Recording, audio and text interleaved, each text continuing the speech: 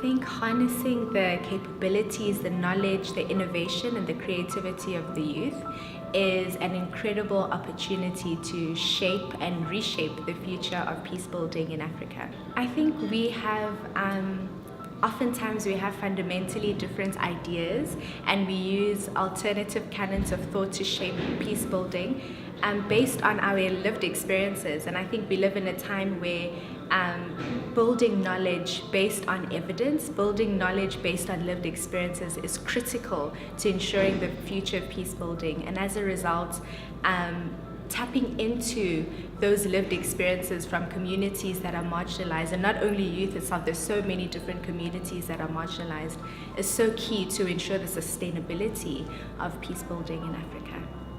Now, one of the critical absences all too often is the voice of local people, the people who are most affected by violence. And these people have great ideas, but they rarely have the resources to act on them. And it's very encouraging that one of the key ideas, perhaps one of the buzzwords of international peace building at the moment, is inclusion. And yet, what does inclusion mean? What does it really mean to get the people who are most affected involved in the processes, to get them, if not at the table, then supporting processes that can make peace negotiations more effective? It's not just about quantity, it's about the quality of inclusion. But the quality of inclusion must be more than a tokenistic notion that you can get youth, you can get women, you can get marginalised, excluded voices to the table.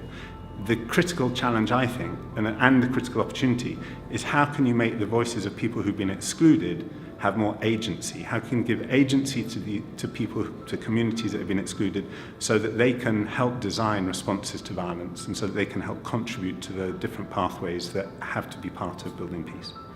I see peace building moving in two directions. The one is really back down to the grassroots, and to really tap into the resources that are there. And I think there is a turn happening where people are really becoming aware of the resources on the ground within communities, in terms of governance, justice, peace building broadly, service delivery, all these kinds of things that can happen at the grassroots by community leaders in really meaningful ways. So I think there's that movement. And then there's also the movement in a completely different direction in terms of cyberspace and virtual realities and technology and so on. And I'm not quite sure how these two are going to converge, but I think there's both opportunities and challenges in these two realms. On the grassroots, or perhaps in both realms, a lot of the problems are going to be around power dynamics, and I think at the grassroots there's so many opportunities, but the biggest challenge isn't what we sometimes think, that there's no respect for human rights, or there's no rule of law, or the systems are patriarchal. I think a lot of that is kind of knee-jerk stereotyping and assumptions, but really what the problem there is as in any group of people, is the power dynamics and the way different people organise themselves around each other and so on. In 2018, we must get better at peace building and sustaining peace. This means ensuring effective, inclusive national ownership. This means also ensuring that women and youth groups are involved at all processes of the peace building initiative. The gathering of all these experts and eggheads and practitioners is such a wonderful opportunity to begin to collate best practice and apply to specific situations across Africa.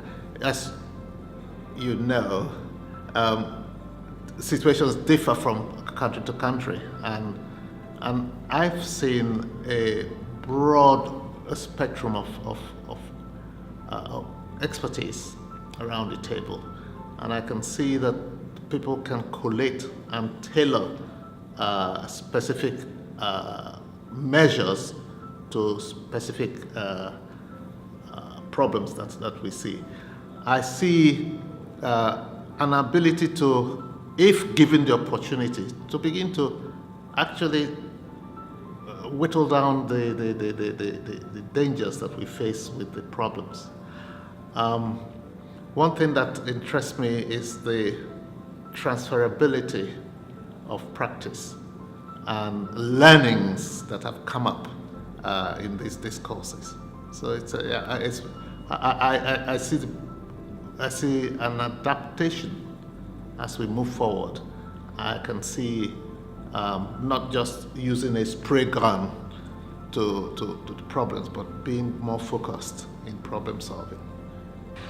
I believe it's that institutions which have the responsibility to address the challenges are increasingly seeing the need for themselves to gain the necessary skills and competencies to do so.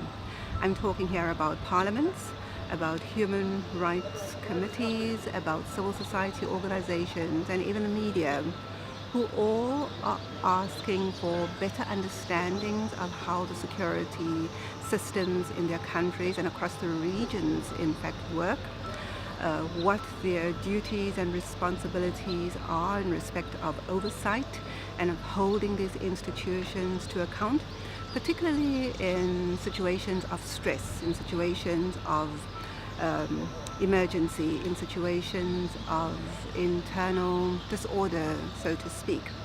And the precipitating factor is that the changing environments don't seem to fit the existing legal frameworks, so there's a need for changes in legislative frameworks, regulatory frameworks, and as a consequence of that, a reskilling, a retooling, if ever there has been, so that they are more effective in their role in upholding the rights of those citizens and peoples, in fact, whom they are meant to serve.